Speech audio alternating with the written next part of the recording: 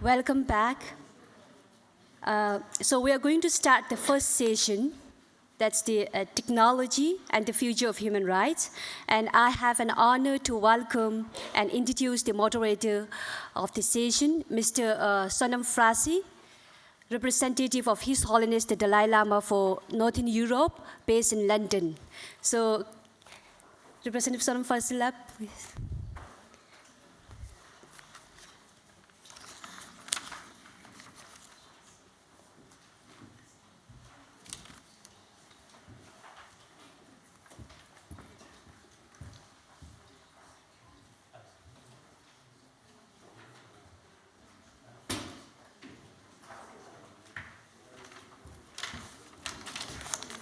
And the panelists, Mr. Gelsang Gelsen, and Edward Jean, please, and Hilary Miller, and Philip Eurus. Thank you, and Mr. Representative Sonam Frasila, the stage is yours now. Thank you.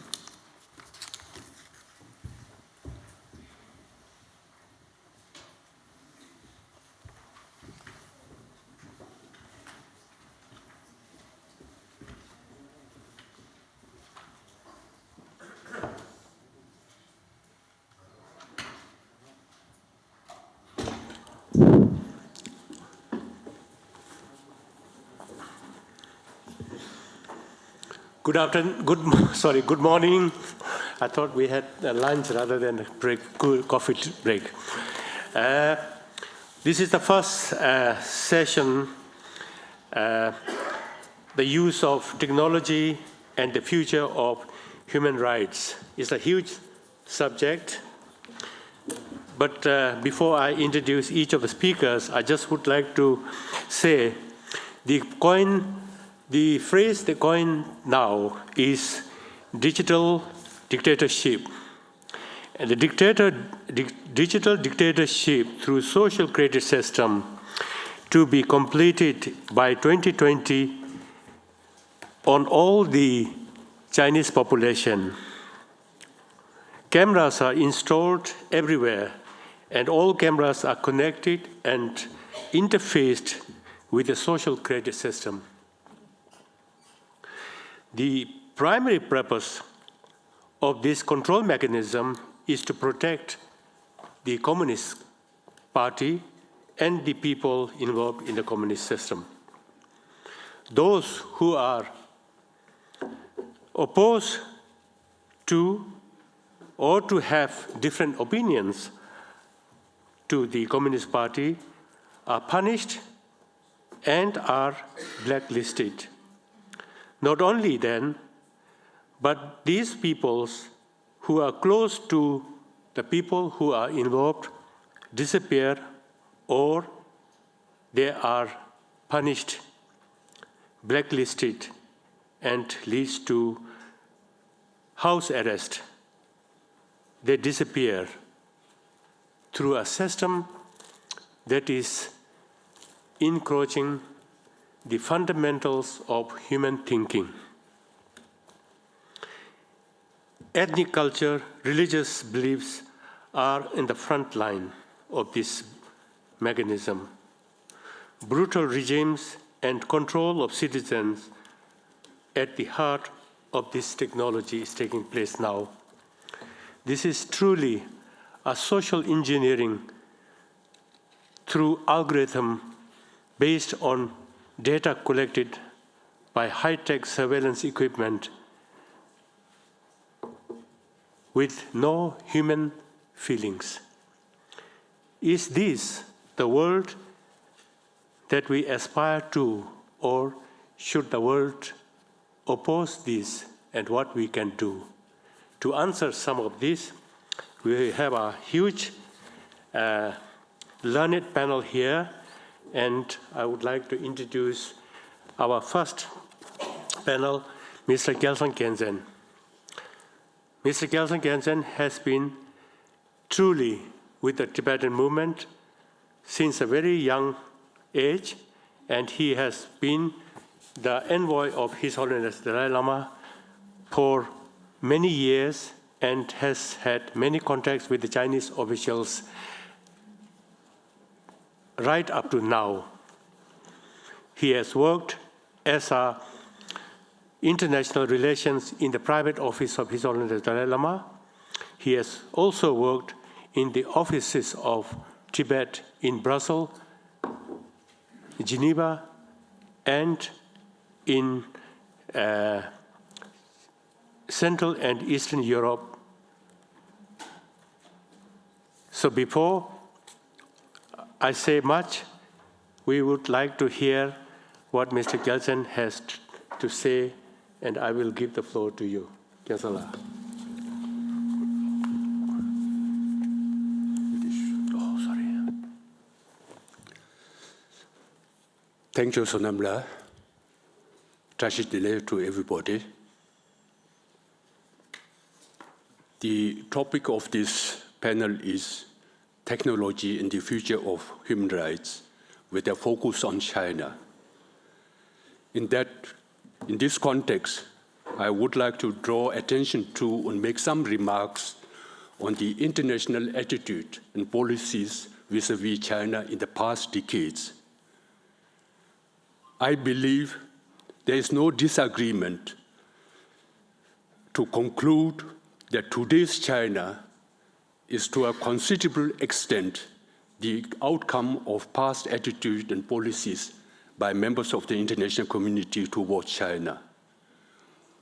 It is therefore important to have a hard and critical look at the China policy of the past decades and to draw the right conclusions and lessons from it for a way forward.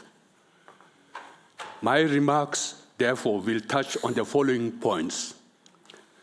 A, fallacies and misconceptions about China resulting in failed policies. B, the loss of credibility of Western human rights policy. C, China is a growing and existential threat to human rights and freedoms across the world. D, ensuring China's commitment to international human rights standards. Fallacies and misconceptions about China.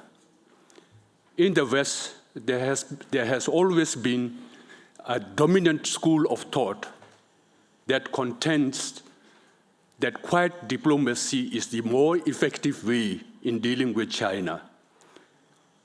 The logical consequence of it has been for the Western governments to exercise restraint to avoid the loss of face of Chinese leaders. And it is obvious that this restraint to avoid the loss of face of Chinese leader has a great part in the loss of lives and freedoms of Tibetans, Uyghurs, and other people in an overall deteriorating human rights situation in China.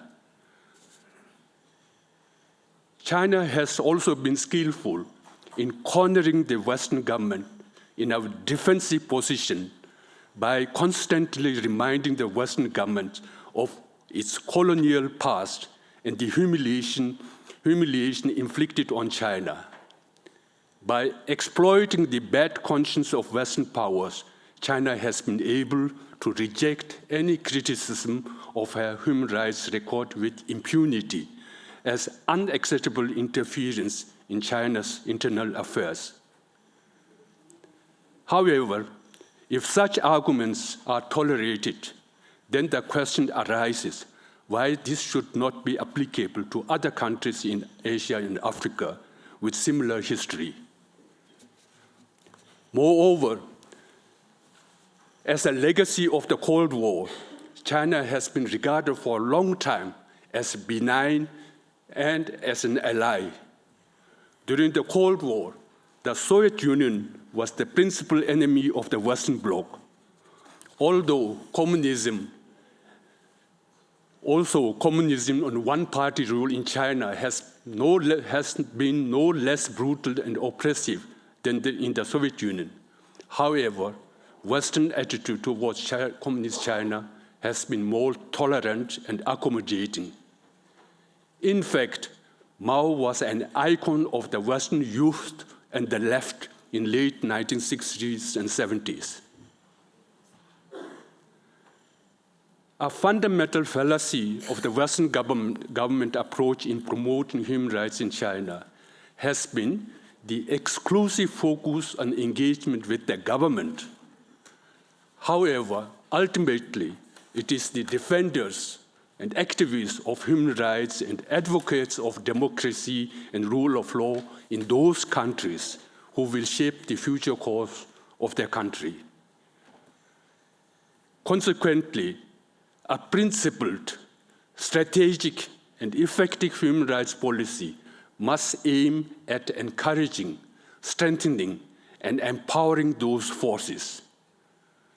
However, instead of considering every initiative and statement in the light of how they might affect the spirit and the actual situation of those activists and advocates, unfortunately, Western governments often take the degree of sensitivity of the Chinese leader on such issues as a measure. As a result, today's China is more authoritarian and totalitarian than she has ever been since the days of the Cultural Revolution. The loss of credibility of Western human rights policy. Many Western governments are engaged in a bilateral human rights dialogue with China. This dialogue is adopted as the principal instrument to promote human rights in China. After more than 2 decades of dialogue, it is an open secret that this approach has failed to produce any tangible progress. It is clear that the Chinese willingness to engage in bilateral human rights dialogue only aims to prevent public discussions of her human rights record. The Western government's engagement in this dialogue, without any conditions and benchmarks, is seen by the Chinese government as a clear sign that Western government's topmost priority is to maintain smooth relations on a wide range of issues of mutual interest, rather than public disagreements and confrontations over human rights. The Chinese government accepts that Western governments need to raise human rights with them from time to time in order to mollify the public at home. But the Chinese government seems never to have felt any real pressure to introduce any meaningful initiative on human rights. The bilateral human rights dialogue has thus become an empty ritual exercise that helped to avoid the loss of faith of not only Chinese leaders, but that of the Western governments too. As a result, the credibility of Western human rights policy has been lost. China is a growing and existential threat to human rights and freedoms across the world. The PRC is the largest, most powerful, and for minorities in China, such as Tibetans and Uyghur brothers and sisters, most brutal and totalitarian state in the world. It denies basic human rights to all of its nearly 1.4 billion citizens. There is no freedom of speech, thought, assembly, religion, movement, or any semblance of political liberty in China. The technological advancement in the field of information and communication has given to the regime in China new tools of control and oppression of its citizens.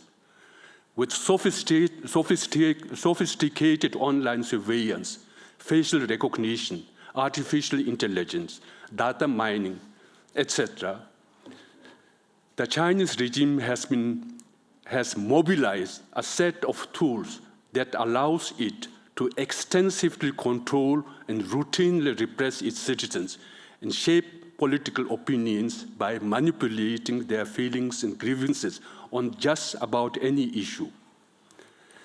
Against this background, there are growing concerns about export of key individual surveillance technologies to other countries. A study published by Open Technology Fund in September this year documents sales of various types of surveillance and internet censorship equipment to at least 73 countries across 5 continents. The state-backed Hikvision digital company, for example, is now the largest surveillance company in the world and is already operating in more than 100 countries through its local partners. This clearly shows that China is exporting its digital tools of control and operation to the authoritarians the world over. It is also clear that greater economic and technological integration with China poses a serious threat to everyone outside of China as well.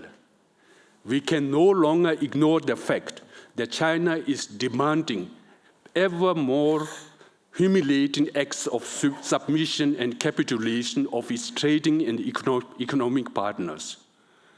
Today, governments and multinational companies are struggling with the pressing question how to avoid drawing the anger and outrage of an increasingly politicized, vengeful, and punitive China at oneself.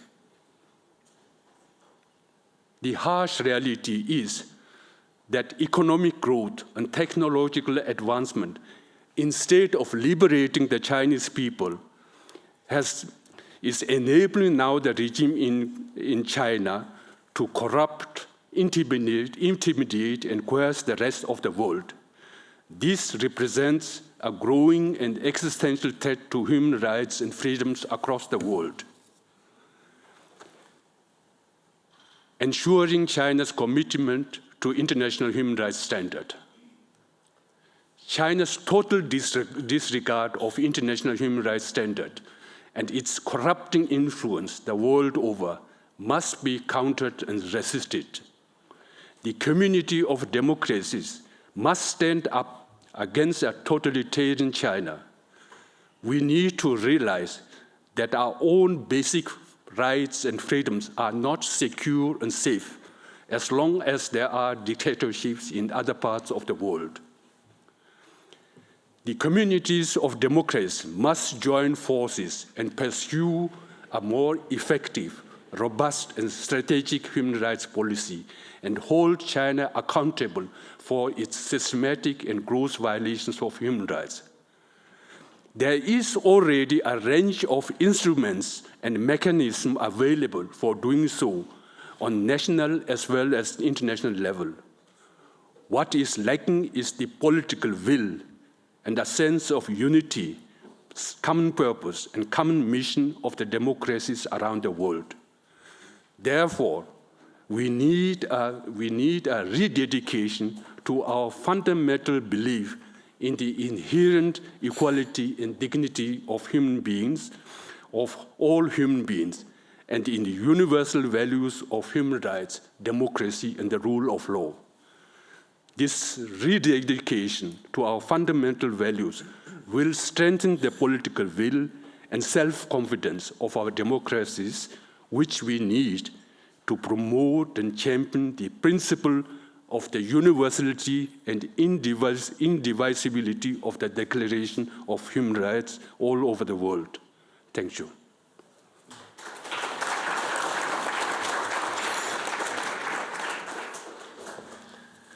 Thank you, Kyasan Kenzela. Now I would like to request Edward Chin, who is the governor of 2047 Hong Kong Monitor. He's an activist and advocate of democracy in Hong Kong. He has many writings and radio shows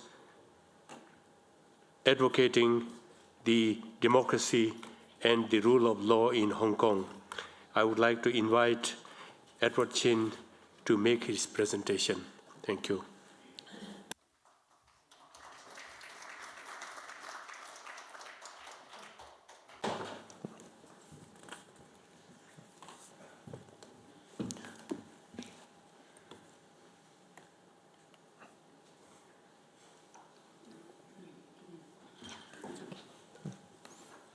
Thank you, Mr. Fraser. Well, it has been a very tough time going on in Hong Kong because Hong Kongers are at war, fighting for their own freedoms. In the last 5 or 6 months or so, my background has been actually more in finance, hedge funds, and I took a brief stint back in the early 90s running a radio program turned into a full-time Cantonese and Mandarin radio program in Toronto, and then switched back to finance. But for some reason, journalism is always in my heart. So I'm going to talk more about what's going on in the last 6 months or so and see how this so-called water revolution would come into. I think if the Hong Kong/Beijing government doesn't really listen to Hong Kong people, this fight could last on for another 10 years.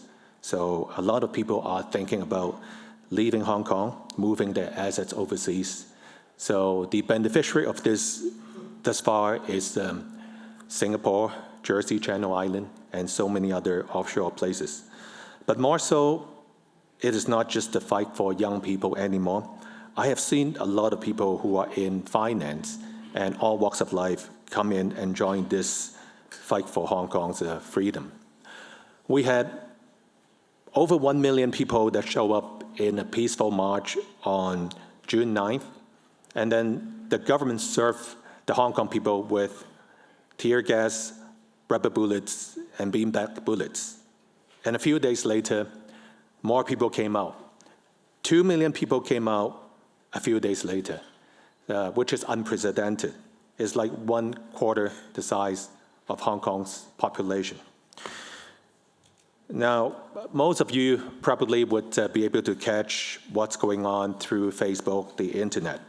And I just take the opportunity to extract some of the pictorial stuff of what's going on in the last 72 hours or so.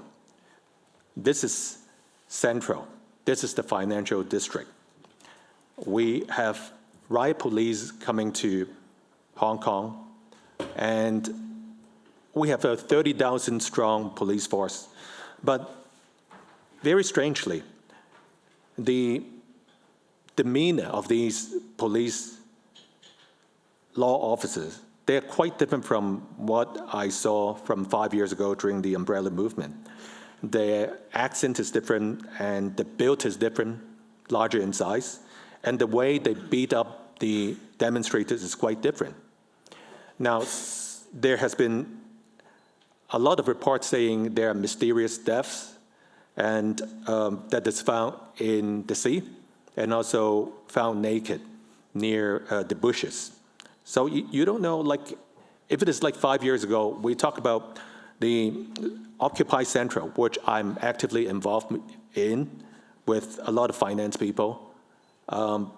It's non-violent, peaceful demonstration, and then the worst case scenario, it's they will take us, for a trial. But this time, I think technology has changed.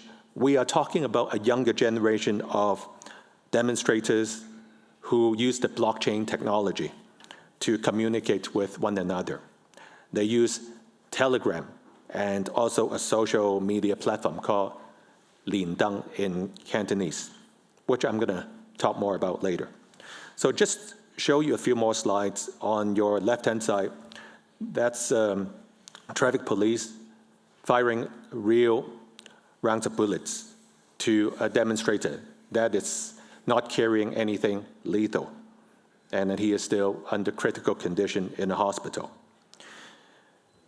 Now, on your right-hand side, you could see the university students. They kind of progress to the next level. They use a petrol bomb, which is what I call a poor man's bomb, to fight back. Because the Hong Kong government / the Hong Kong police, they try to raid the internet site of a university that controls 80% of the internet flow, which is called the Chinese University. On your upper left-hand side, 5 years ago, I don't see a lot of helicopters hovering around Hong Kong Island. Now they want to know the strategy of Hong Kong demonstrators. And then we were sprayed with something that makes you look a little bit bright at night. So we don't know what those are. And then in Chinese university, more than 1,000 tear gas canisters were launched. And we don't know the effect of these ingredients. What is the long-term damage? Also, the Hong Kong police force has actually bought a few water cannons. These are like blue water cannon with a pepper spray and something that's toxic. Hong Kong people asked the Hong Kong government and also the Hong Kong police force, what's the ingredient behind this? I mean, what's the long-term effect? I have Hong Kong financiers working on Hong Kong Island side. People who are pregnant, they are so afraid that, when they launch all these tear gas, even in Central, what would be the long-term effect? I took this just before I hop on the plane 24 hours ago. And then the one on the left, it's taken right before I go to the Airport Express. The one on the right is this past Monday, when they had like 3 days of tear gas in Central. Think about it. You launch all these tear gas and rubber bullets on Wall Street or downtown London. Suddenly you think, are the policemen, are they on drugs or what? Or something I don't understand. I still don't understand. Now, the one country, two systems is supposed to last until 2047. That's the name of our group. It's called 2047 Hong Kong Monitor. But as someone who has been in finance and also financial journalism for a long time, more so in hedge funds, I think we have come pretty much to an end of the so-called one country, two systems. We are living in a one country, at most 1.1 systems. The last 3 years, my group, some people from Taiwan as well, had the opportunity to meet up with His Holiness, the Dalai Lama, in Blue Mountain, Sydney, and also in Brussels. And then we learned more about the 17-point treaty that the Tibetan people signed in 1951, compared to the joint declaration that Hong Kong people is not involved in, but the UK and also China government signed in 1984. Basically, other than diplomacy and military, we believe that the Chinese Communist Party would not interfere with Hong Kong people's way of life. Now, let me get this straight. Hong Kong, to us, is part of China. But to our group's understanding, Tibet is not part of China. We make it very clear, and we say it wherever we go. That's our group stance. So when people accuse us that the Hong Kong they all want to be independent, it's not true. We want the one country, two system to be intact for 50 years.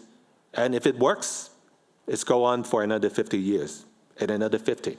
It might be different from what President Tsai Ing-wen talks about, the system doesn't work.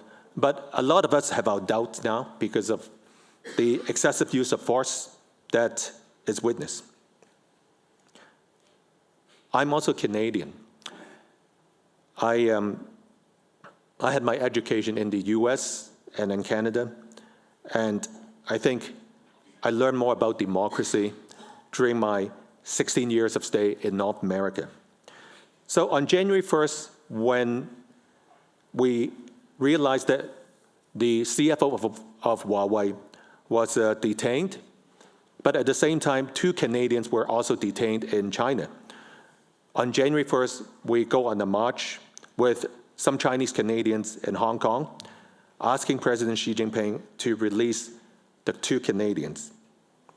And also, you could see the sign, we say end repression in Tibet, Hong Kong, and Taiwan. I personally, my office was raided in central Hong Kong, police came to me and say, hey, there are interviewees coming on January 1st, and after 2 hours of interview, they disappear. So they make excuses to just to intimidate you. And then they visit my home 7 times in less than 48 hours, making up different excuses. And I have fire trucks, ambulances, policemen came, and then they say, is there a 7-year-old boy that is forced naked and the head is stick outside of the window? So they make up all these excuses, and this is before the so-called extradition bill that the Hong Kong government proposed. But anyways, what happened to me was peanuts. And I did report it to the Canadian consulate in Hong Kong, and I also consult with the US consulate because it involves the Huawei case. And I think it was quite serious at that time. But then it is no comparison compared to what is going on now because everyone is in duress, so to speak. Now, I just want to go through this part quickly. This is from one of the studies from the World Health Organization.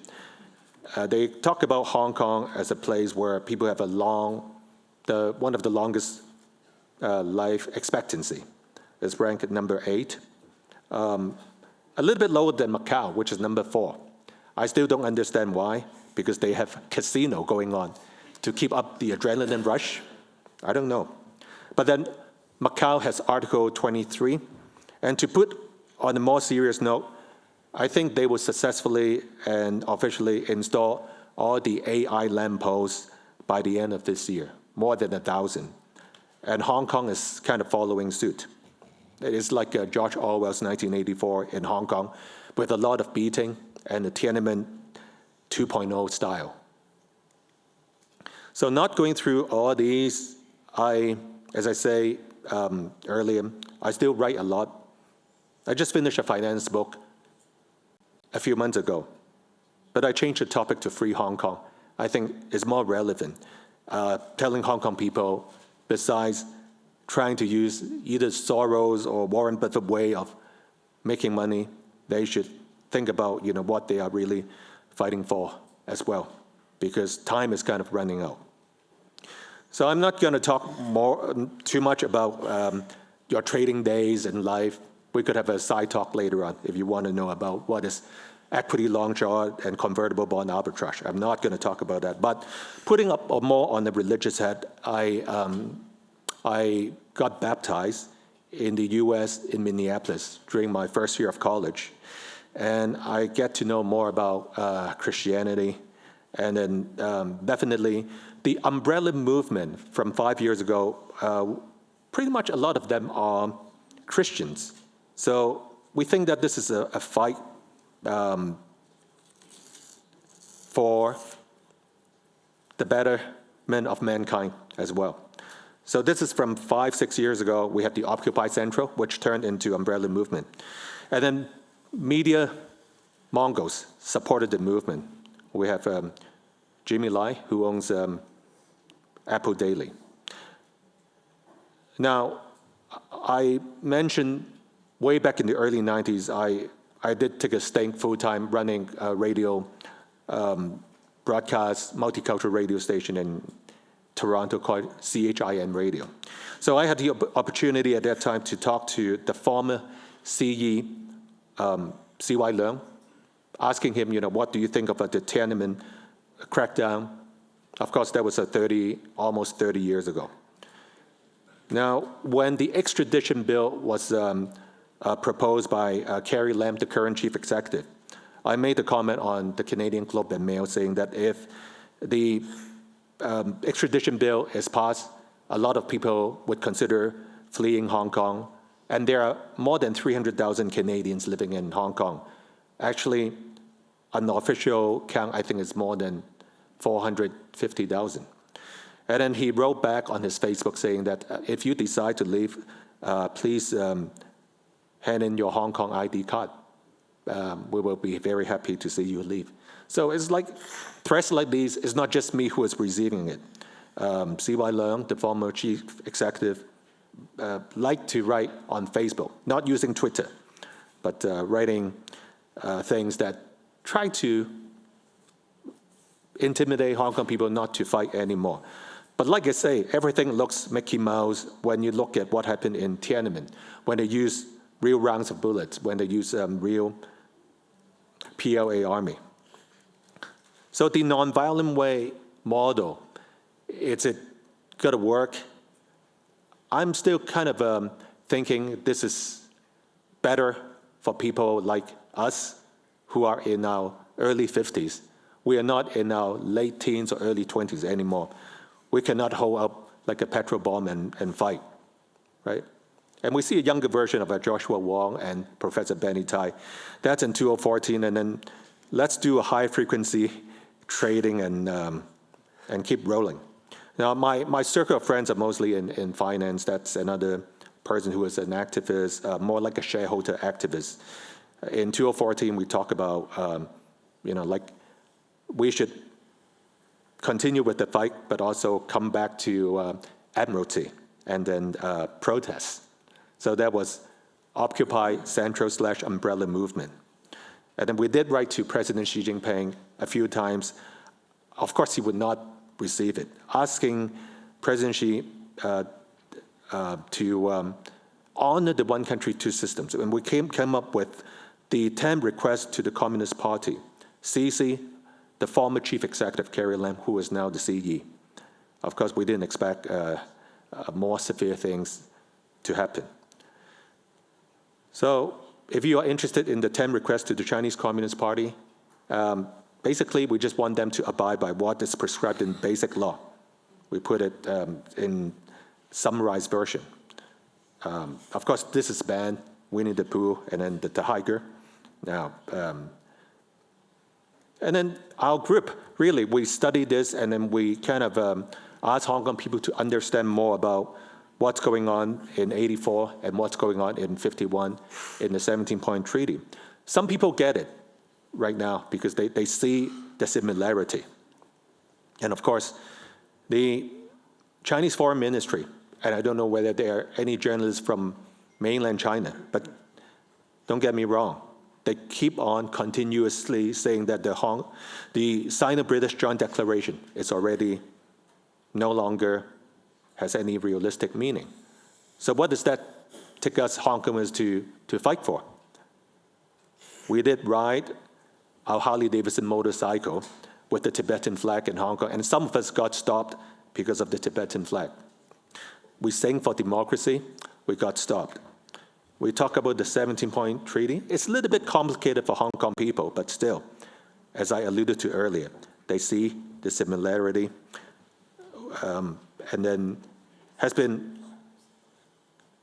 an eye-opening event for some of us from Hong Kong to understand more about what's going on in Tibet and the situation we are facing in Hong Kong. And then more persecution of the underground church, and then the Hong Kong's Cardinal Zhang talked a lot about it. So some of the Hong Kong tycoons, they were saying that if the extradition bill is passed, people will be in exile, including him. So let me just go to the last part because my presentation got very long, and then I will, let's go to the last few slides, talk about the worst case scenario. Now, before July 1st, one person jumped from a shopping mall, and then you see the yellow raincoat. That is kind of dramatic and symbolic. And then more people died now, and then policemen dressed as demonstrators. And then they are using real round of bullets. And then Hong Kong demonstrators, they look for actually bulletproof vests. And then we got some shipment, and I don't want to tell you where, because wearing it is legal. Shipping it over is gray area. So we have to be careful about what's going on. And then last 3 slides I want to talk about is, I have someone from my alma mater, from my same high school. He is a 5th-year medical school student from Chinese university. All I'm going to say is, at first they were paramedics, but when you see like policemen bashing demonstrators like crazy, some of them, they become more front line. And then some people do speak out. And then they will write a will inside their backpack saying, if I die, I fight for a good cause. So that makes us very sad, indeed. You have a US Senator wearing a shirt called Free Hong Kong. And then also demonstrators from Hong Kong use that technology to fight. I mentioned already. But where is it going to end? We don't know. But all I want to say is we as Hong Kongers and also people who are under duress by China, let's all keep hope alive. Thank you very much.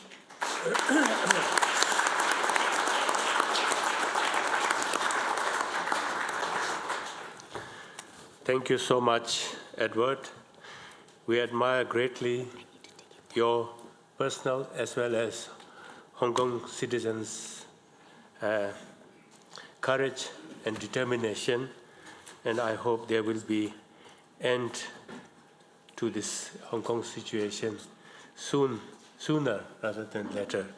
Thank you very much for the presentation, for bringing all us up to date with the Hong Kong situation. Thank you. Now, my next guest is Hilary Miller. She is actually seconding for Hilary Miller. Very short notice, I would like to thank Hilary Miller personally for standing in for her. Thank you so much.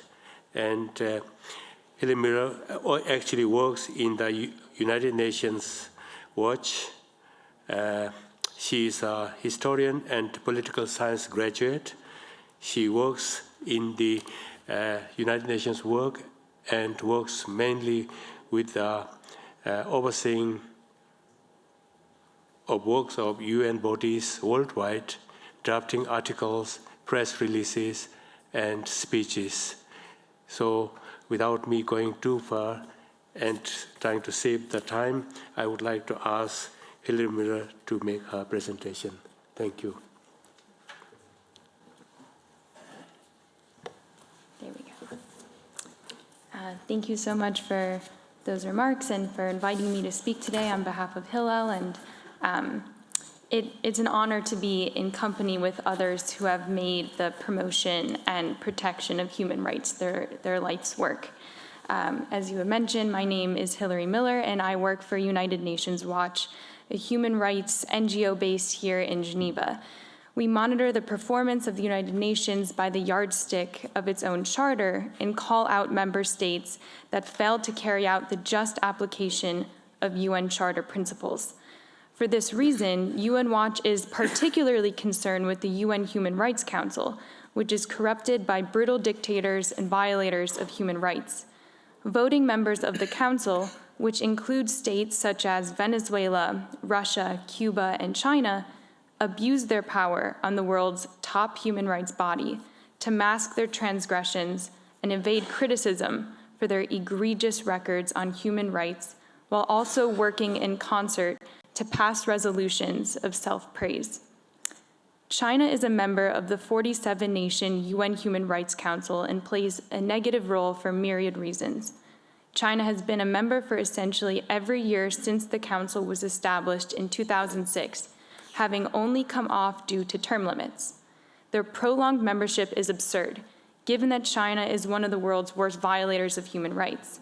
A 2019 report from Freedom House rates China as not free and underscores how the government has consolidated power by cracking down on journalists, implementing robust internet censorship and surveillance, and repressing religious groups, as evidenced by the mass detention of Uyghur Muslims in so-called political re-education centers in Xinjiang province. With all of this in mind, it is important to ask, why does it matter that China is a member of the world's top human rights body? Today, I will discuss the different ways that China negatively influences the UN Human Rights Council. First, China systematically votes the wrong way when it comes to resolutions on human rights. Second, China interrupts guest speakers as well as intimidates and harasses defenders of human rights during council sessions. Furthermore, China has a history of pressuring UN officials to do things in contravention of UN ethics procedure. China is also known to contrive fake NGOs that vouch for its human rights record despite the facts on the ground. And finally, China spouts hypocrisy and lies in coordination with other bad actors in an effort to create a false narrative of the reality of its human rights situation.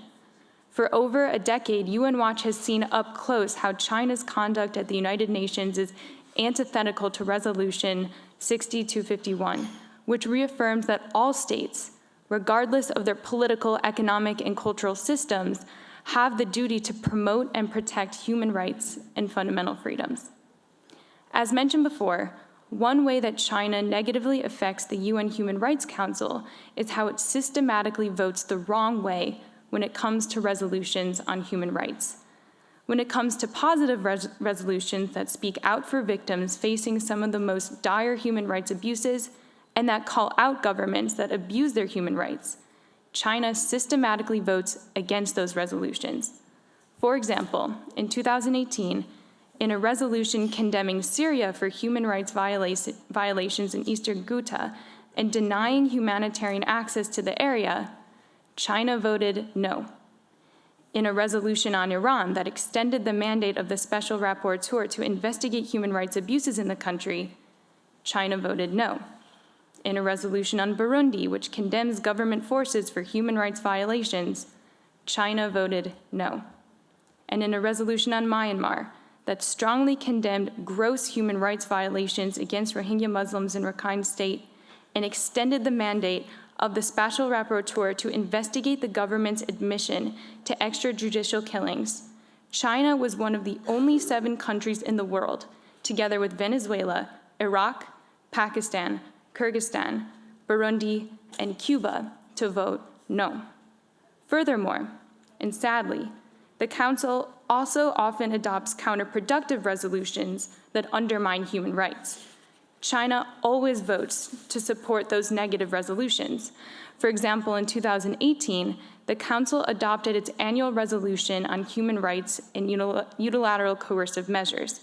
This is a Cuban-initiated UNHRC mandate that defines all US and European sanctions against rogue regimes as violations of human rights. The Special Rapporteur who implements this mandate, Idriss Jazari, routinely defends the world's worst regimes by portraying them as victims of evil Western sanctions. For example, in 2016, he issued a report blaming US sanctions on Sudan for damaging the right to life, the right to health, the right to development, the right to drinkable water, the right to work, the right to education, the right of the elderly, the rights of people with disability, women's rights, the rights of the child, and the right to food. However, he said nothing on the fact that the country was ruled by an oppressive and genocidal dictator, Omar al-Bashir, who is wanted by the International Criminal Court for crimes against humanity. Likewise, in 2017, Jazari issued a report that made the astounding claim that the Russian government of Vladimir Putin is a victim of human rights violations. He has issued similar reports defending other vicious regimes.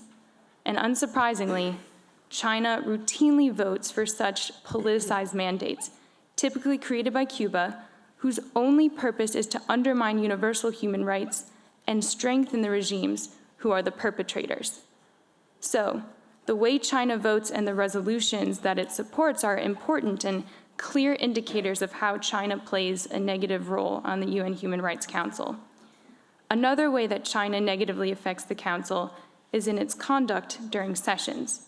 The Chinese delegation, without any legitimate basis or cause for obstruction, regularly interrupts speakers who seek to expose China's human rights abuses. UN Watch has seen this deliberate effort to curb free speech multiple times over the last decade.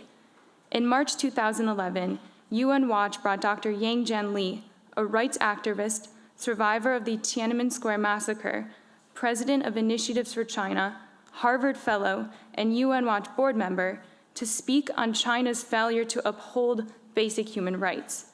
Moments after he began, the Chinese delegation interrupted Mr. Yang in a point of order to claim that the speaker was not addressing the issue under debate, which was an agenda item specifically designated to discuss human rights situations that require the Council's attention. In another incident in March 2014, UN Watch brought Tiana Wang to testify before the Council on China's detention of her father, Wang Bingzhang, a rights activist and democracy leader who has been serving a life sentence since 2002.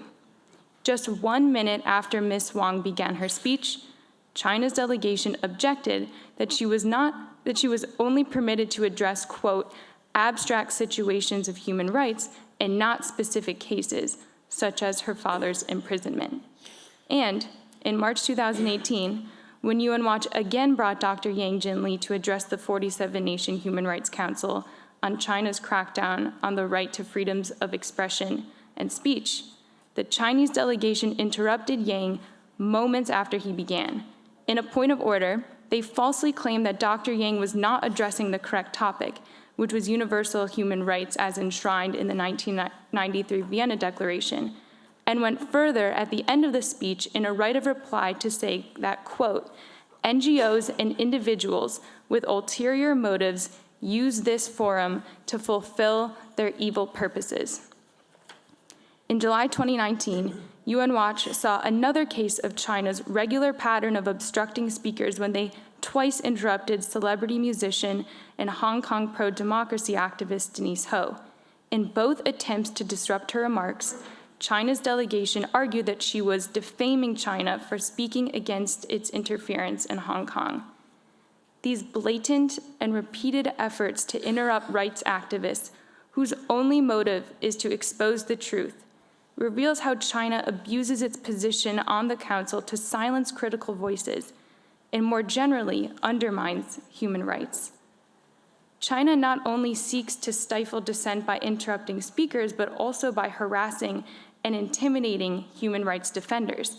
A 2015 Reuters report put a spotlight on China's effort to blunt scrutiny of its human rights record with its escalating use of intimidation and spying to silence critics at the UN.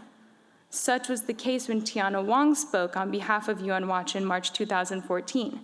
A report in the New York Times thoroughly details China's active espionage targeting Ms. Wang, which was carried out by a representative of an NGO with close ties to the government. Ms. Wang recalled the incident in the following narrative. I was sitting at a desk using my computer when, unbeknownst to me, one of the Chinese men used a computer tablet to take unauthorized photographs of me. After a UN Secretariat staff member told him to stop, I turned around a few minutes later to see that he continued to photograph me. He was hiding his tablet inside his suit, but the camera was directly pointing at me. Security eventually escorted the man out of the room, inspected the photographs, and confirmed that there were several photographs of me, my computer screen, and my personal belongings. I obviously felt violated and repulsed. In response to this flagrant effort to intimidate and harass Ms. Wang, UN Watch issued a letter to then-President Baudelaire Ella of the Human Rights Council, urging the HRC Bureau to condemn this act of deliberate intimidation and reprisal against our delegate in her cooperation with the United Nations human rights mechanisms. And in another incident last year when Dr. Yang spoke before the Council, a member of China's delegation was caught taking pictures of him outside the plenary room for more than 10 minutes. While China has a clear record of using NGOs and delegates as proxies to intimidate and harass activists, they have also pressured UN officials to violate UN ethics procedure. Such was the case in May 2017, when the UN Human Rights Office, at China's request, dangerously handed over the names of 4 activists slated to attend a Human Rights Council session. UN Watch responded immediately by penning a letter to then High Commissioner Zeid Ra'ad al-Hussein on how the practice of advanced disclosure of names only serves to embolden state parties, in particular China, in the effort to harass human rights defenders. Our letter stated the following: China is particularly known for harassing those who speak out against it at the HRC. Thus, any policy which enables China or any other state party to find out which dissidents will be attending an HRC session in advance of the session enables China's heavy-handed intimidation tactics. This is contrary to the very purpose of the UN and the HRC, and institutions meant to guard human rights and expose, not facilitate, abuses. No political dissidents should be subjected to harassment or intimidation for traveling to Geneva to campaign for human rights at the UN. In addition to its poor voting record, interrupting speakers, harassing human rights defenders, and pressuring UN officials, China undermines the mission and purpose of the UN Human Rights Council by contriving fake NGOs to vouch for its human rights record. In the case of Tiana Wang, the man accused of spying on her was a member of the China Association for Preservation and Development of Tibetan Culture, or the CAPDTC, a Beijing-based group set up in 2004 with close links to the Chinese Communist Party's United Front Work Department. Furthermore, China manufactured a list of fake NGOs to commend its human rights record in wake of the adoption of China's Universal Periodic Review outcome at the March 2019 Council session. For example, delegates from a group aptly named the Chinese Association for International Understanding stated that all people in Xinjiang province had equal access to the same rights and full development, and lauded the government's positive impact on intercultural centers in the region. And also during the March session, the CAPDTC, the same group that spied on Ms. Wang, falsely claimed that all Tibetans had freedom and that the central government and the autonomous government of Tibet had worked together to preserve Tibetan culture. China not only contrives fake groups to manufacture lies and conjure false praise, but also purveys lies itself. A final way that China negatively influences the Council is in how it deliberately lies in order to manipulate the facts on the ground, especially with regard to the situation of Uyghur Muslims. UN Watch saw this in July 2019, just a few months ago, when China penned a letter with 50 co-signatories, including the brutal regimes of Russia, Venezuela, Iran, and Syria, among others, to High Commissioner for Human Rights Michelle Bachelet, that fabricates its treatment of Uyghurs in Xinjiang province. Rather than condemning China for forcibly detaining over 1 million Uyghurs in so-called vocational education and training centers, the letter praises China for undertaking a series of counterterrorism measures in the region and for its, quote, remarkable achievement in the field of human rights and many contributions to the international human rights cause. And these lies exist beyond formal correspondences between diplomats and delegates. Just a few weeks ago, during the September session of the Human Rights Council, Chinese propaganda littered the halls of the United Nations here in Geneva. Thousands passed through a display that touted China's fair treatment of Tibetans, Uyghurs, and 1.3 billion others said to experience the full enjoyment of human rights in China. To conclude, China's voting record and malign conduct at the UN shows the degree to which it negatively impacts the Human Rights Council. The fact of its prolonged membership on the 47-nation Human Rights Council, the world's top human rights body, is absurd, alarming, and needs to be called out. That is the very mission and purpose of UN Watch, to ensure that bad actors like China do not get a pass when it comes to upholding human rights. In this effort, we speak out against China for all of the many reasons I discussed today when it contravenes Resolution 6251 and neglects its responsibility to promote and protect human rights and fundamental freedoms. Thank you so much for having me speak today on such a critical matter, and I truly appreciate the opportunity to represent United Nations Watch and also the many takeaways and insights that will come from this panel today. Thank you.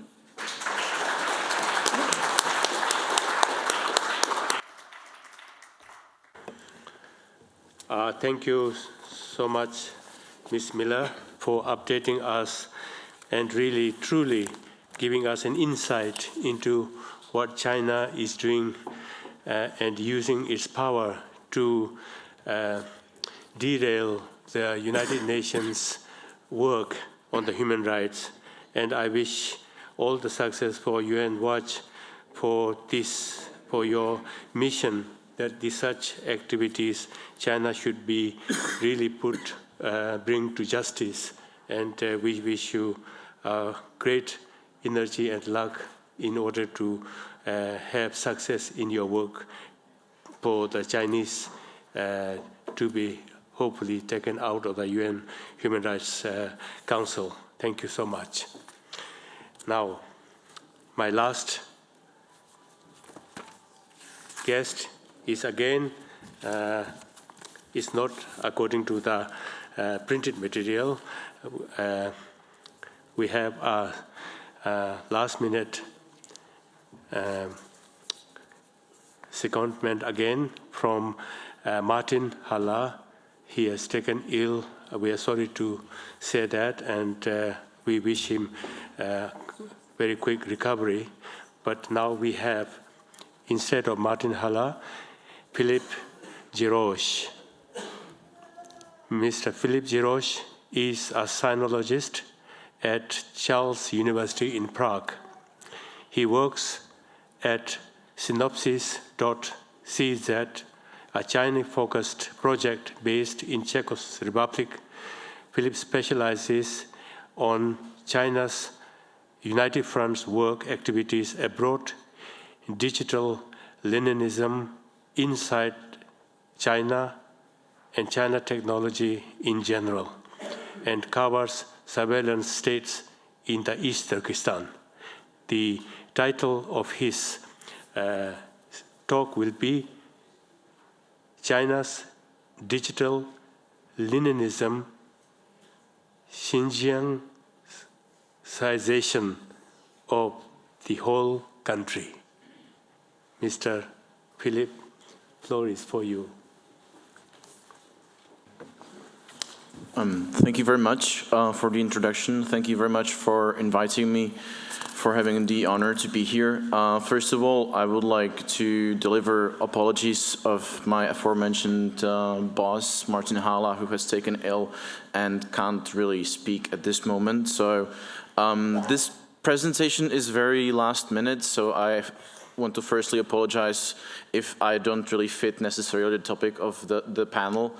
I will present here basically a couple of concepts and research we have done for the last 2 or 3 years when looking at what's going on in Xinjiang or in East Turkestan, and basically especially what we have seen in recent years, despite many Western scholars and think tankers denying basically what we have seen spreading to the rest of the country, hence the Xinjiangization of the whole country, and to many a degree even to the rest of the world.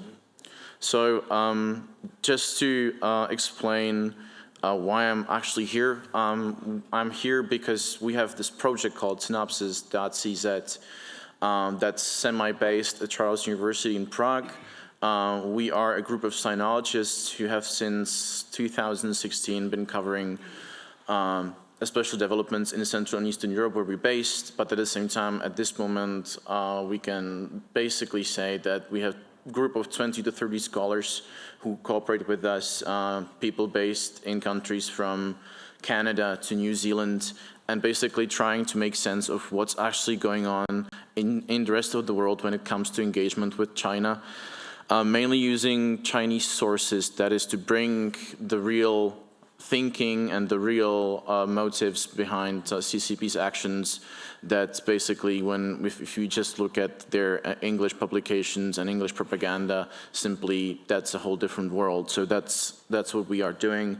And obviously human rights, especially when it comes to Xinjiang, Tibet, now Hong Kong is something that's becoming a large part of it as well. So when it comes to digital authoritarianism, when it comes to surveillance states in China, mostly people will imagine pictures like this: cameras, facial recognition, AI that's able to basically describe all kinds of various information, what it is able to, in the end, when matched with a proper cloud database, actually identify specific people and give information to whoever is watching about who these people are, where they're coming, and in what China's ambition actually is to even predict what they're gonna do.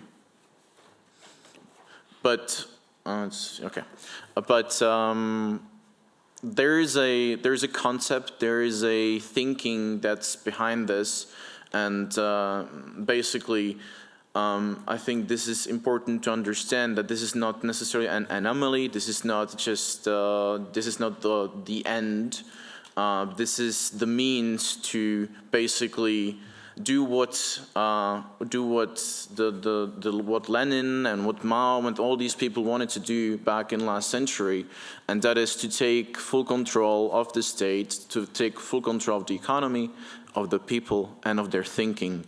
And it seems, and this is becoming clearer every day, that CCP believes that it's AI, it's big data analysis, it's collection of huge amounts of data that will allow it to do what they basically call 初心 of the basically the first communist movements. So their original ideas, the original idea how a system should work. And especially after 2017, when China started basically discarding everything that Deng Xiaoping and his reforms brought, that is separation of state and the party, that is even the mechanism of leadership change, it's becoming clear that this is a path that China has now chosen, and it's basically betting all of its money on this working out. Economy is not important anymore. GDP growth is not important anymore. It's basically the control and the ability to technically, if necessary, suppress any dissent. And as we have seen in the last couple of years, any dissent, even within the party, has been quenched, has been basically destroyed. And at this point, there's barely anybody still left in China that is actually able to do organized protests or systematically criticize CCP's policies. And so AI is very important to this, and this is why China is the largest investor in AI. And it should be at this point also mentioned that to a very high extent, it's the West's fault, in the both in the fact that of the naivety of, for example, letting China enter WTO in 2001, and also at the same time the greed and the lust for money and technically knowledge and data that is still today leading to, for example, the I would say horrendous statement by MIT that was criticizing U.S. administration's new policies on restricting cooperation with Chinese digital companies that are involved in what's going on in Xinjiang, such as Hikvision and technically Dahua and all of these. So still there are people in the West who still don't understand that there's more at stake than just research, than just money, but we're actually talking about basically discarding all of our values, and also at the same time, there's millions of people who are going to suffer because of just us wanting to do more research, get more money from China. This is, just very briefly, the model of internet control in China. I just want to show it to you here that it's not just the Great Firewall. It's many aspects, and as with almost anything in China, there's always high tech and at the same time high human factor at everything that's going on. So you have the algorithms, you have the AI that is censoring, that is screening, that is going through people's phones, but at the same time you have huge amounts of actual people, of police officers, of paramilitary groups that are actually enforcing this on the ground, that in some cases can, within 10 or 20 minutes, actually knock on your door when you send a wrong message on WeChat. Or even these days, actually this year, we've seen increase in arrests based on Twitter messaging, which is something that is not usual for China, because Twitter has always been, because it's in English, because it's not in English, but it's banned in China, that you can write on Twitter to some degree whatever you want, but don't do it in China, don't do it on Weibo, don't do it on WeChat. But this year we've seen tens of thousands of profiles going down, thousands of people being arrested, or at least being invited for tea, as they say. That is to go to either police stations or local party members to explain what were your motives, why did you write this, and then they were often forced to shut down their accounts. Which of course also means that we're getting less and less information out of China, and everything is becoming more and more problematic, even for us doing research on this. The key concept behind this at the same time, which is China trying to export, especially through its Wuzhen conference that holds place every year in Wuzhen, in China, where not so long ago you would also have people from Facebook and Apple going there. Obviously now with the trade war and the whole shift in policy towards China, those people don't go there anymore, but they would, some of them still obviously try to get into Chinese market, and many of these companies often censor themselves, and especially as we have seen in Hong Kong with basically taking down some of the apps that the protesters were using. So again, this is being exported. This is being exported on the companies that are based in the West that technically should not feel the need to really bend to CCP's rule, but they're willingly doing it, again, because of money, because of research, because of access. And this is a concept that every state should have a complete and absolute control over its internet, which is something that's completely different from the understanding of what internet is, I guess, according to most of the people in this room. And again, they're trying to export it because obviously to many dictatorships, including Russia, including many African countries, including Central Asian countries, this is very promising. This is something that they really like, and they're trying to, and to some degree, successfully implementing it in their own countries.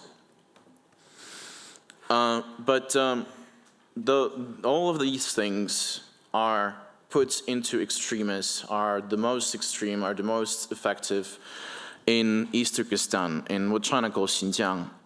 That's why we have been calling it Laboratory Lab of Digital Leninism. Of all these things that I have just mentioned, surveillance, the big data analysis, which is what the Integrated Joint Operations Platform is, a network, an institution system that has very strange name that probably doesn't really explain what it is, but basically it's a huge cloud database, a system that gathers data from almost every police officer, and there's plenty of police officers in Xinjiang, and gathers data from the internet, from users in Xinjiang, and then is trying to analyze it, trying to basically mark those people who are supposed to go to concentration camps or who are supposed to be somehow persecuted in any other way. And again, its final ambition, as the Chinese write themselves, is to prevent and predict crime, which is something very strange and really sounds like Minority Report, if anything. But this is CCP's ambition. And at the same time, you have large security market.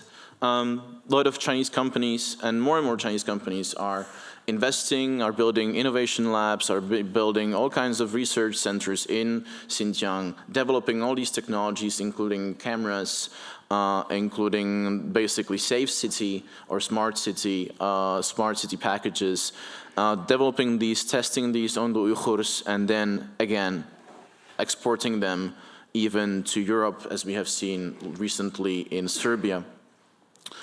And there's an interesting concept, there's an interesting set of things that have become more let's say, publicized in the last couple of years, and that's spying apps, applications that especially the law enforcement officers in China use in Xinjiang first, and then again, this is being explored. I'll talk about it in a bit. But the first one is interesting because we have never seen anything like it outside of East Turkestan. That's Dingwang. Basically, in 2017, CCP came up with this app that every Uyghur was supposed to install on their smartphones, an app that basically spied on you and delivered any marked content to either police officers or checkpoints that in many cities in Xinjiang are actually every 500 meters. The other two are a bit different. They need police officers to actually either use it on your unlocked phone or basically this needs an operator to go through your phone, install it on your phone, and then with some cases, after sifting through your content, making sure that there's nothing illegal, no illegal thinking, no wrongful thinking, as they like to say, it often deletes itself, so you don't even know that your phone has been actually gone through in a very systematic and effective way. This is, again, to sort of call on Chinese companies. This is Huawei in 2016, signing a strategic cooperation with the government of Xinjiang. There's plenty of these agreements, there's plenty of innovation labs that Huawei has established. So again, a lot of the tech, a lot of the products that people buy in the world have been developed and tested in Xinjiang on Uyghurs. The same goes for, at this point, almost any Chinese tech company, especially when it comes to surveillance. So all of them are incriminated in this. And I think it was actually a very good move from the US government to ban cooperation with these companies. And I would really love to see more countries to follow that suit, because it's really horrendous to think that cameras that you have in your offices, on your streets, have actually been developed in a very totalitarian system where people are suffering like they are. But, and this is sort of getting to the point of this presentation, in recent months, this conversation specifically is from this September, we have seen these technologies, these methods and systems exported to the rest of China. This is a conversation that obviously is now gone from Chinese internet, but Sean Zhang from the US has archived it. The whole conversation basically talks about how it is now becoming mandatory to install facial recognition systems in apartment buildings, that is private apartment buildings, not on the street, but basically in the entrances and in the elevators of public housing, not public, private and public housing both. The conversation is interesting because even though that the person who started is from Shanghai, you could see lots of commentators from basically all places in eastern China reporting the same thing. And why were they reporting it and complaining about it is because they were supposed to pay for it. That's what really, that's what struck home. That sort of shows you the human nature. So they were complaining because the government officials wanted them to either pay for installment of these systems or to pay with watching commercials in those elevators if those housings actually had elevators.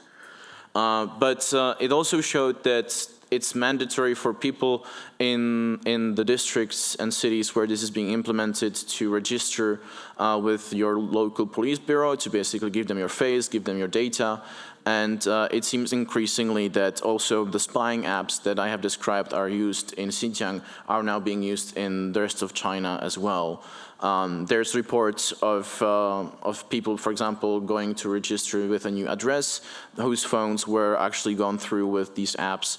There's random checks reported, And in July, there seemed to have been a major event where police officers would go through people's phones in Shanghai and Beijing, but the police denied anything like that, said this was just normal checkup, so it's hard to verify whether that really happened, but it seems to be so because the reports are many and from all kinds of cities in eastern China.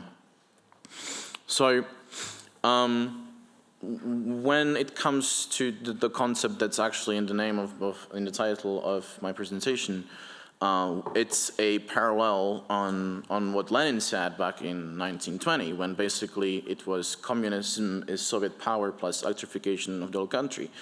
Electricity was supposed to be the tool to make work effective enough, to make everything effective enough so that the party could control and effectively govern the state, even though it was supposed to have total control over it.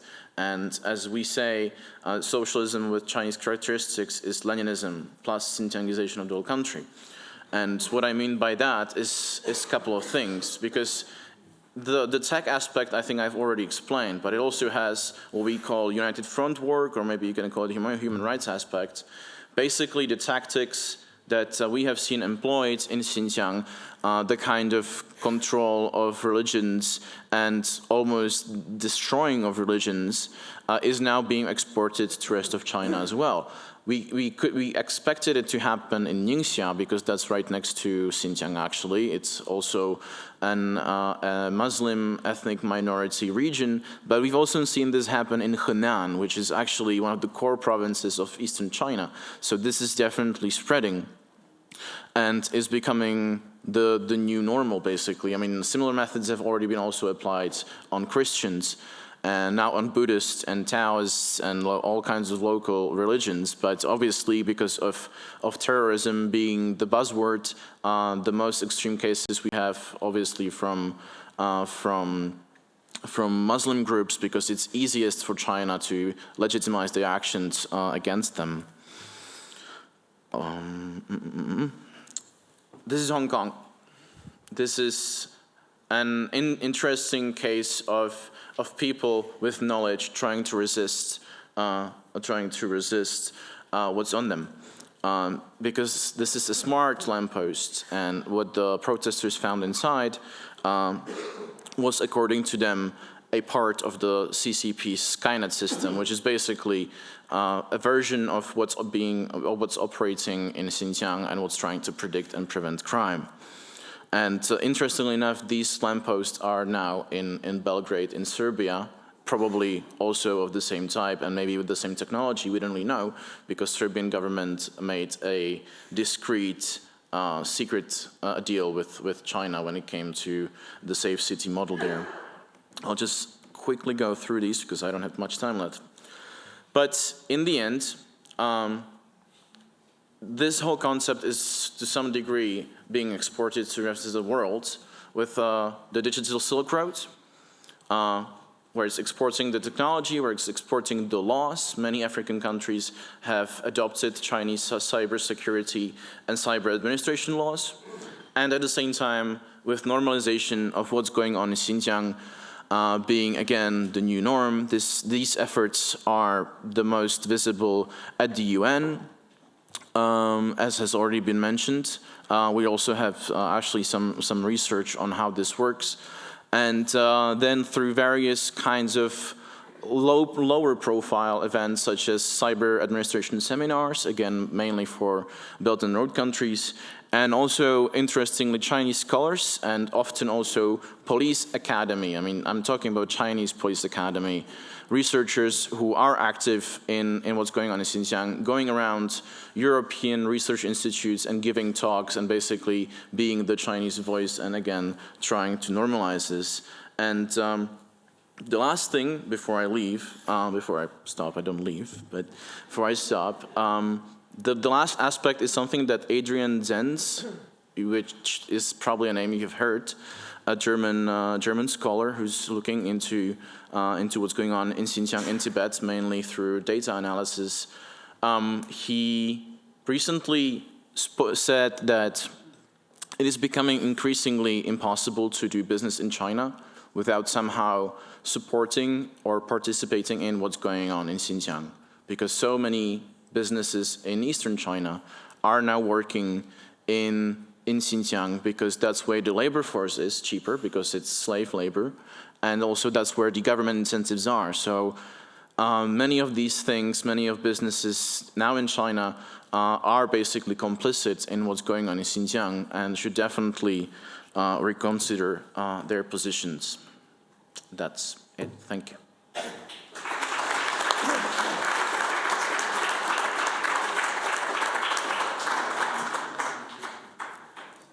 Thank you, Philippe Giroche. I'm sorry to cut you slightly short because of the time constraint. I'm sure that we got burning questions from the floor because we had such a high quality presentation from our panels here. So we have 30 minutes to take questions and questions. So I would like to ask people in the hall to think it over, their questions, if you have burning questions. But I would like to ask a couple of questions to the panel so that it will give the floor some time to think. I would like to ask Hilary Miller, you know, in July there was a surveillance and human rights report by the Special Rapporteur. And there was a very useful recommendation which said that the states should impose an immediate moratorium on the export, sales, transfers, use of servicing of privately developed surveillance tools until a human rights compliance safeguard regime is in place, which is really noble. And do you think you have such things been looked at the UN? Is there anything, what is happening with this report? Maybe you could highlight, because it's part of this. It will bring quite a important issue. Thank you so much for your question. I can't speak specifically with regards to the follow-up from this specific report and what you had just quoted. Speaking based on the knowledge that I know and the presentation that I delivered, it would be my guess and my take that given China as well as other bad actors that sit on the Human Rights Council, that follow-up and that stipulation is not being followed through, which, again, as I iterated, is absurd and antithetical to the purpose of the United Nations Human Rights Council. These special procedures are put in place to ensure that measures like that are being implemented. However, I cannot speak particularly on the fact that that is being carried out. Mm-hmm. And before I take a question from the floor, I would like to ask Mr. Gyaltsang. You have summarized the situation with human rights and the Western world's attitude very succinctly. And in this context, do you have some idea about how should the international community coordinate and take a multilateral approach to challenge and condemn the Chinese grave, abuse of human rights in Tibet and all this? How can the West has almost given up? Do you think, you said there were some instruments left. Maybe you could highlight something where we could pursue this question. First of all, I think, in recent past,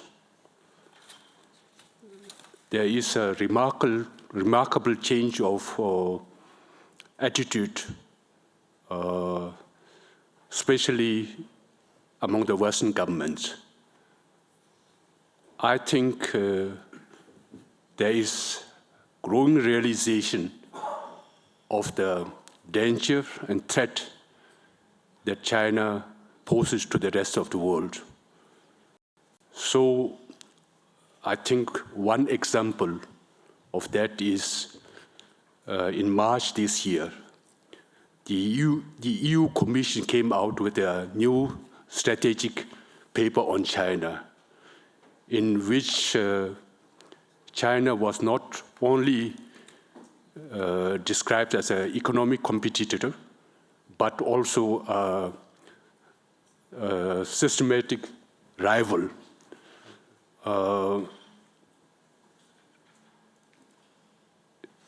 Offering an alternative way of government, contrasting to the established international liberal standard. So there is a rethinking of policies and attitude vis-à-vis China. So I think that, and for example, this conference is taking place in Geneva, which is part of Switzerland. I think within the Swiss Parliament, right now is a kind of process going on where members of parliament are demanding from the Swiss government to have a new strategy with regard to China. So I think this is a right moment for human rights organizations, Tibetans, and other people who are concerned about human rights to intensify the interaction with the Swiss government in order to make some meaningful recommendations. Then I think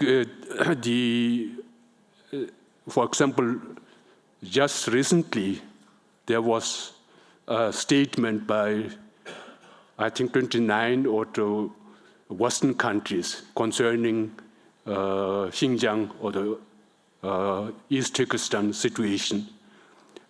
So there are emerging signs of a rethinking. But I think we see what is needed is much more pressure from the public, civil society, NGOs, and from other organizations in order to press the government to undertake the necessary changes with regard to China. And I think in that context, media plays a very important role. And one of the I have always been very concerned. For example, one of the ways for China to black out human rights situation in East Turkestan or in Tibet is to just, stop to isolate Tibet and Xinjiang from the rest of the world, not to let anybody in, and not to to control the flow of information. So by that way, no media reports about the situation in Xinjiang or in Tibet. So therefore, in such circumstances, I think there need to be from the media or more initiative to really go there and seek out any ways and means to get information from these places. One example, if you are not able to go to Tibet because of the restriction of China, why not go to India, where there are many refugees who have come recently from Tibet? Interview these people, interview Tibetans who have a personal experience of life under China. So there are many ways of doing things in a creative way. Thank you. I'm going to take questions from the floor, but I would like to give the first question to the MP from Canada. as a procedure, maybe whoever raises the question, give your name and say, please. Thank you to all the panelists. My name is Garner Jennis. I have a question for Mr. Giros.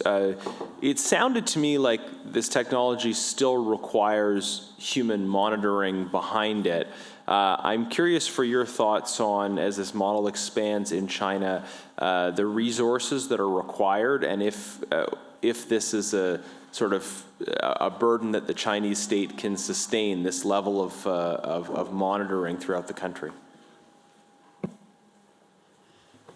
Well, that's a very complicated question, but thank you for that.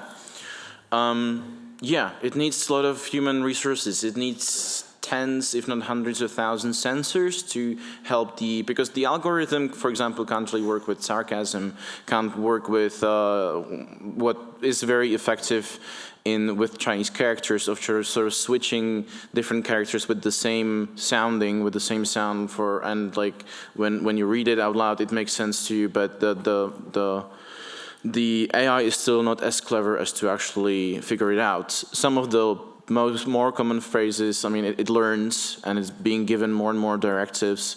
I mean, for example, the censorship guidelines that are using AI stuff on TikTok or Douyin are one of the most detailed. That's a very interesting case as well. And also needs lots of human resources on the ground, the actual enforcers of the law or whatever you want to call it. It's, again, you know, the amounts that the CCP has to pay for it. And I mean, to some degree, it can be argued that the whole labor camp system in Xinjiang is actually paying for the surveillance system over there. Because again, it was costly. There was some reports of, for example, the police officers or the soldiers there not getting their pay because the government there was not prepared to take the burden of such a massive surveillance state.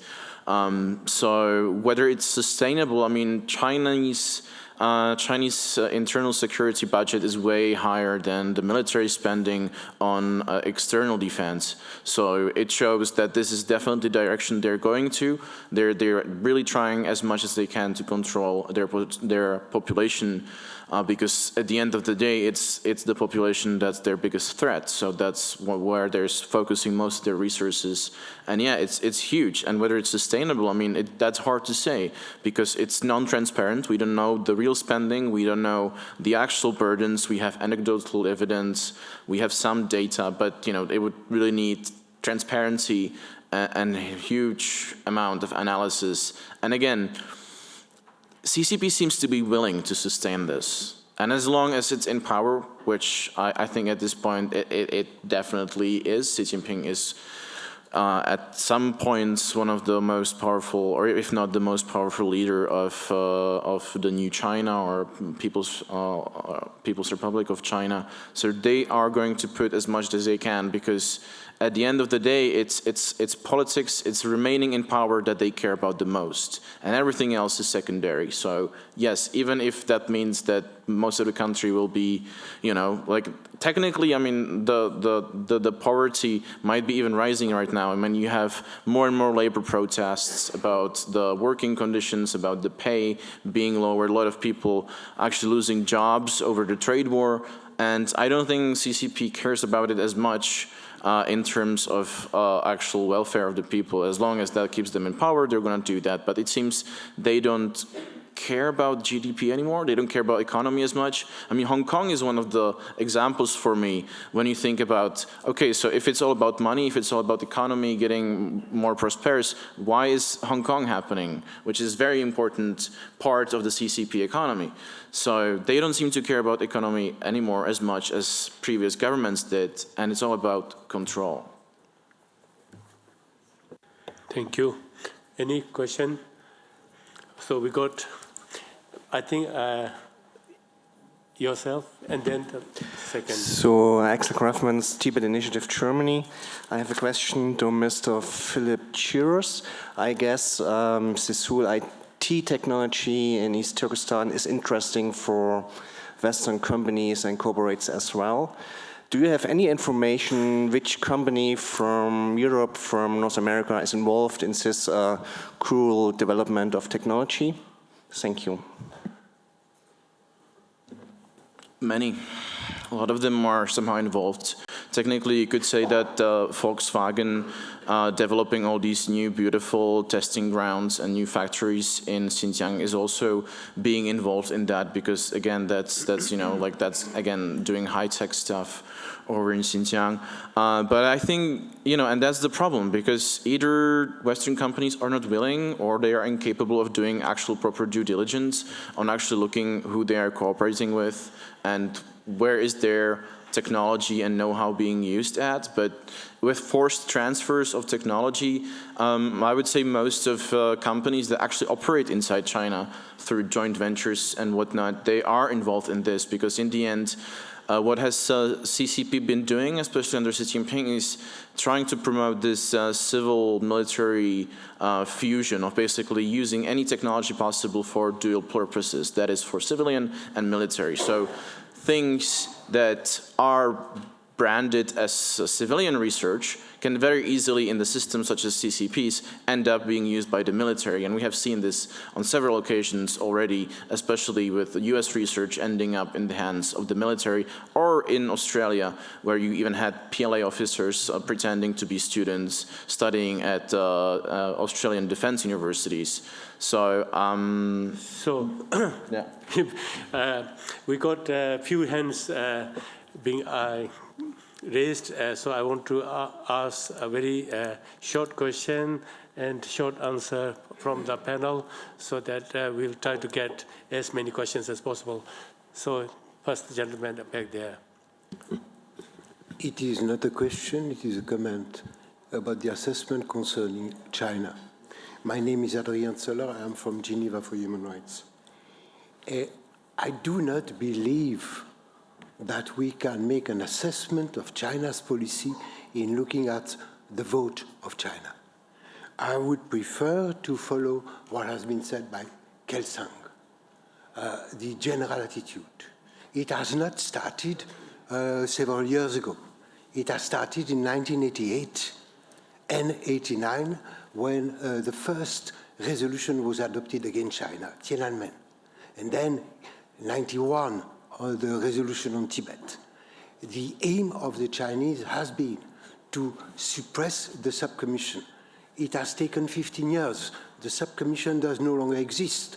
And now it is to rewrite the standards. As the chairman, Songhai, has said to us at the beginning, at the opening session this morning. I think that we have to go in depth. What is the question? Sorry, because we are running out of time. I would like to hear your question. I said it was not a question, but a comment, and that's enough. Thank you. No, okay. Then I think this lady. Yes, thank you. Melinda Ching Simon. I'm at OHCHR. I wanted to thank all the speakers today, and I think my question is probably directed at Philip or Edward, and that is, would you be able to give some insights into initiatives by the government to put in new restrictive cybersecurity laws and the impact that that will have upon civic space and democratic values? Specifically, new cybersecurity laws in relation to, keeping records of, 6 months of records of logins, lack of anonymity, etc. I was wondering if either of you might be able to speak on that. Or perhaps not. Any answers?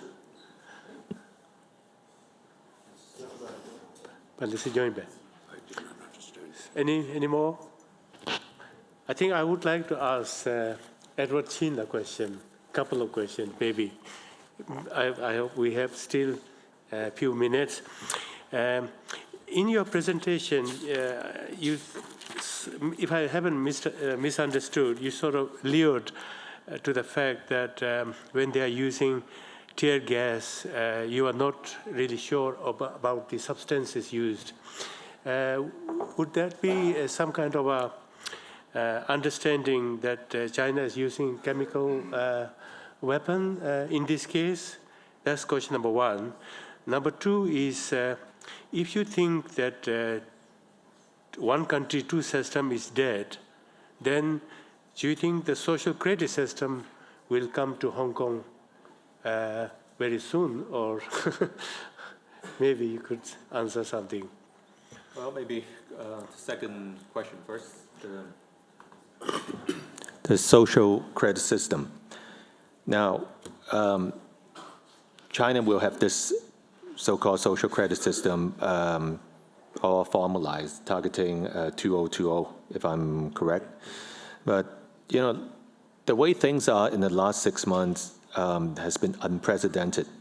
You have seen, for instance, just less than 24 hours ago on Pettit Street, there is something going viral. There's a Citibank trader, that's his SFC license, being pushed over by 3 riot police, asking him, you know, like, well, he is just one person trying to go to work, but he is stopped by 3 riot police, and for no reason. So, you know, would he be like penalized because of the fact that he was just laundering around in Central? And then I just saw on the news that Citigroup is trying to investigate this. So, but the guy is doing nothing wrong. It's just trying to go to work, right? So if push comes to shove, you know, everyone, it's like living under one nightmare, like a George Orwell, 1984. The first question is on tear gas and also the blue color water cannon. Well, I think the UK stopped exporting these tear gas canisters back a few weeks ago, and then they are using things that's produced by mainland China. Almost every day, if there is a press conference by the police force, I think a lot of journalists from Hong Kong ask about what's the ingredient inside these tear gas. We don't know the long-term effect, how it's going to affect people, but think about those students from Chinese university that is being, we call it like TG, tear gas, more than close to 2,000 that is launched in 24 hours. There could be some long-term damage. So really, we should be condemning the Hong Kong/Chinese government by doing all these acts. And then it's not just one university, it's all universities. Thank you, Edward. Thank you, Edward. It's taking the riots to another level, I think, if they're using gas, you know, weapons of mass destruction. So we have another question from here. Hello. Hello. Good afternoon, everyone. My question is to Hilary Miller. First of all, I would like to thank you very much for the wonderful job you're doing.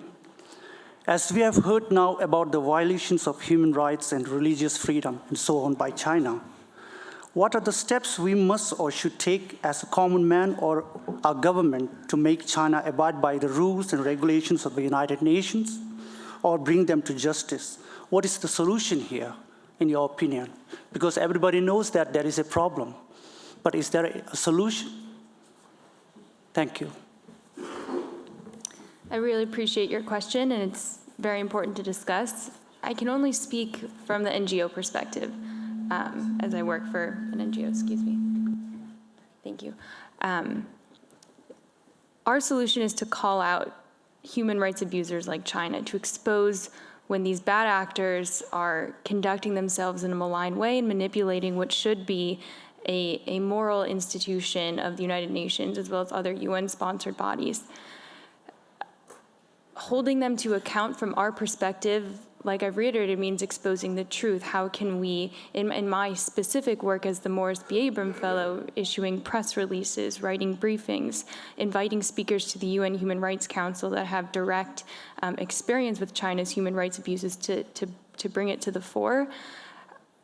I wish the solution was more concrete.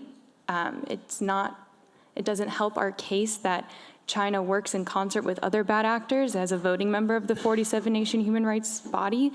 But what we can do in this room as an immediate solution is to stay informed, to stay updated, to not talk about these topics lightly and understand that it is a serious, serious problem that one of the world's most egregious human rights abusers is on the top Human Rights Council body. So I apologize that I don't have a more concrete answer to that, but there are ways that in this room, when we leave today, that we can stay informed and follow up with this topic when the panel ends. Thank you. Thank you. I have another question from that gentleman. Okay, thank you. Good afternoon, everyone. My name is Chiman. I am from Hong Kong. And I have a question to Mr. Philip. What is the role of Western technological giants in contributing to the digital Leninism in China? And what are the ways or means that the international community can do to prevent those Western technological giants in contributing or strengthening China's digital Leninism? Thank you.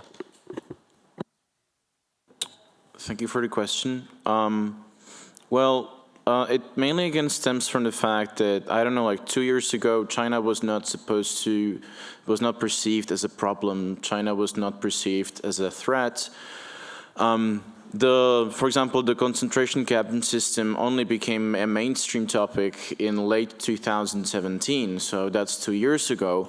Whereas the cooperation on development on AI and all these surveillance technologies, that's maybe even 20 years back. So all this cooperation was going on. For example, IBM is very complicit in developing AI that is now helping to drive all these things. It's many companies, it's even research institutes, as I already mentioned. MIT is now complaining about not being able to work with Huawei and Hikvision on all these wonderful technologies that are being used on basically racist repression of ethnic minorities. So it's many companies. There needs to be awareness about this. There needs to be calling out on these companies and make them do due diligence on who they are actually working with and where their products and research is ending up.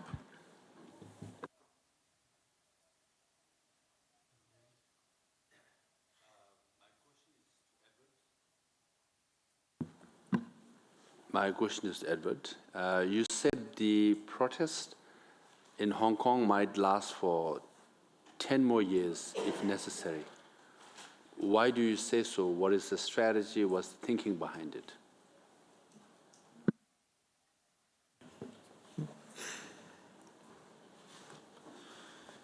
Now, if you talk about from Occupy Central, Mr. President, when we were fighting 5 years ago, we used the nonviolent way to do it. I think that's still probably the most cost-efficient model. But when I talk more and more to the young people from Hong Kong, they are using, first of all, blockchain technology, try to stay away from they call popos, the policemen. But at the same time, when they also feel they are being deprived from the upward mobility that some of us experienced over the last 20, 30 years or so. So most of them, they see they will be replaced by mainland Chinese, and also at the very top level, the real estate developers, they will flee to the Five Eyes countries, plus EU countries. And the princelings will replace the so-called the Hong Kong tycoons. And then these youngsters, I think some of them, they will fight very hard. And unlike the Tiananmen from 30 years ago, they were brought in with technology, and then people who are like even middle-class people, we contribute to the movement with resources. Some people think that it is the Five Eyes countries that are sponsoring it, and I don't think so. So if people that I talk to, including med school final year students, they would put their final will inside their backpack, and then they will be on the front line. I don't know, unless they kill a whole generation of young people. That means from the upper primary school to high school to university students.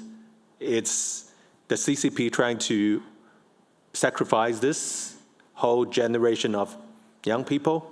That I don't know, but I know they are still very resistant, meaning the young people, including those who are middle class.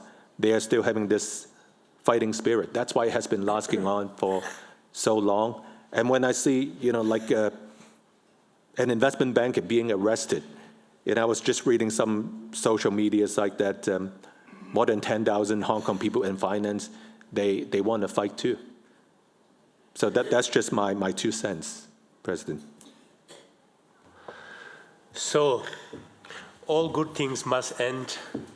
And I would like to finish this panel on time, I hope, by thanking the Department of Information and International Relations for organizing this seminar or Geneva Forum.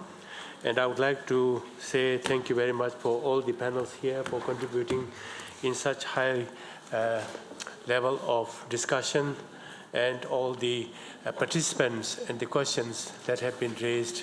It has been very, very useful, and I hope you will have a good lunch now. So we break now for lunch. So before we break for lunch... Oh, sorry.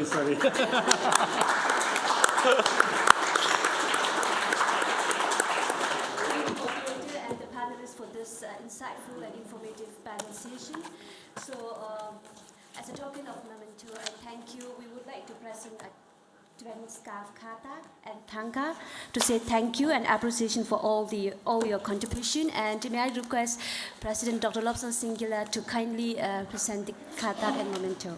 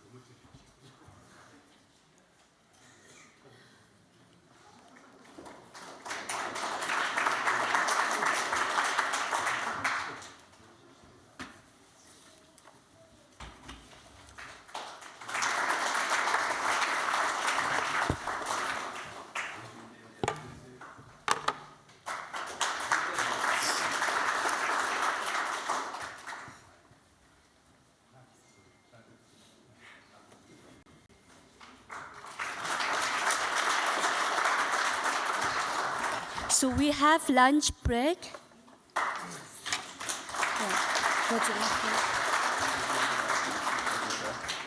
We have lunch break from 1 to 2, and after lunch, as indicated in the program, all delegates are requested to be at Place de Nation, that's just in front of the UN office building, where we have a Tibet Museum exhibition exhibiting photos on Tibet before Chinese invasion and the consequences of Chinese invasion, including the self-immolations and all. So 1 hour for lunch break, and then we will move from here, this conference room, to the museum exhibition site exactly at 2. And it's going to have, since the exhibition is at outside, so please wear all your jackets. Thank you.